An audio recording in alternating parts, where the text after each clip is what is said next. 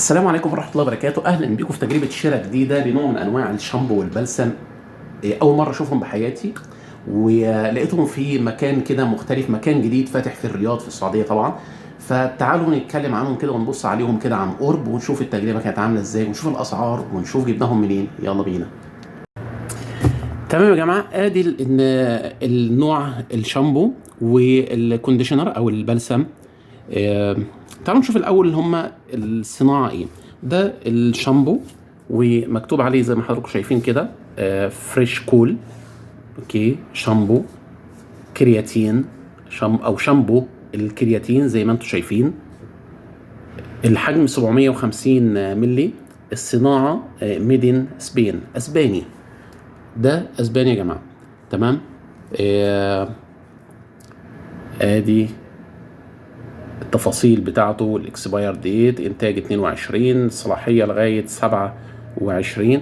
تعالوا نشوف كده المكونات اللي موجوده فيه. ميه، كبريتات، لوريث الصوديوم، كلوريد الصوديوم، يعني حمض الستريك، جليسرين.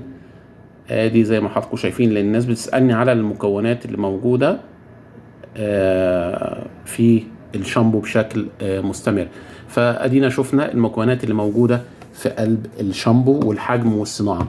تعالوا نشوف ده الكونديشنر او البلسم، بلسم للشعر، بس ده بزبده الشيا. تمام، عشان انا جبت بصراحه حاجتين مختلفين كده لضمان الترطيب بشكل كويس. برضو الحجم 750 والصناعه اسباني. وادي المكونات اللي موجوده فيه. في كحول زي ما احنا شايفين كده، ستيل هيدروكسي، مش عارف ايه، عطر، يعني حاجات كتيره كده ومصطلحات يعني. بس انا حبيت بس ايه، عشان خاطر الناس دايما بتسأل على المكونات بتاعه الشامبو والبلسم.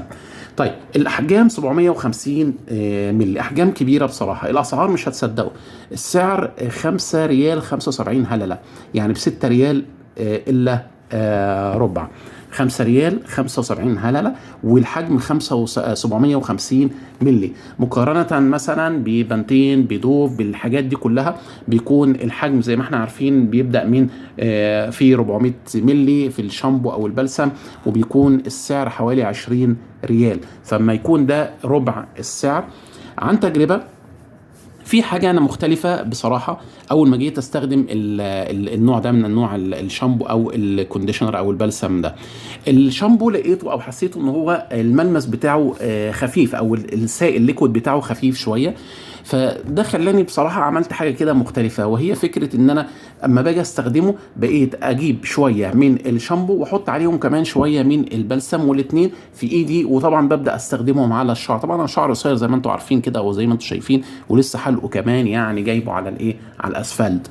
بس بالطريقه ديت حسيت بصراحه ان هم ادوني النتيجه اللي انا عايزها، او ال يعني استخدام مرضي بصراحه.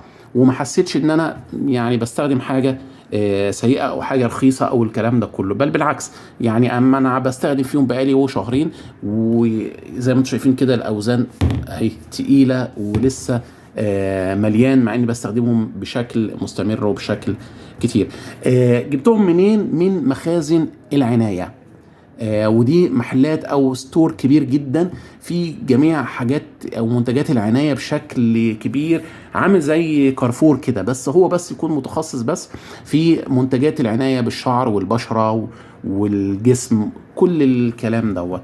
فدي كانت التجربه. السعر 5 ريال 75 من مخازن العنايه، الحجم 750، الصناعه اسباني.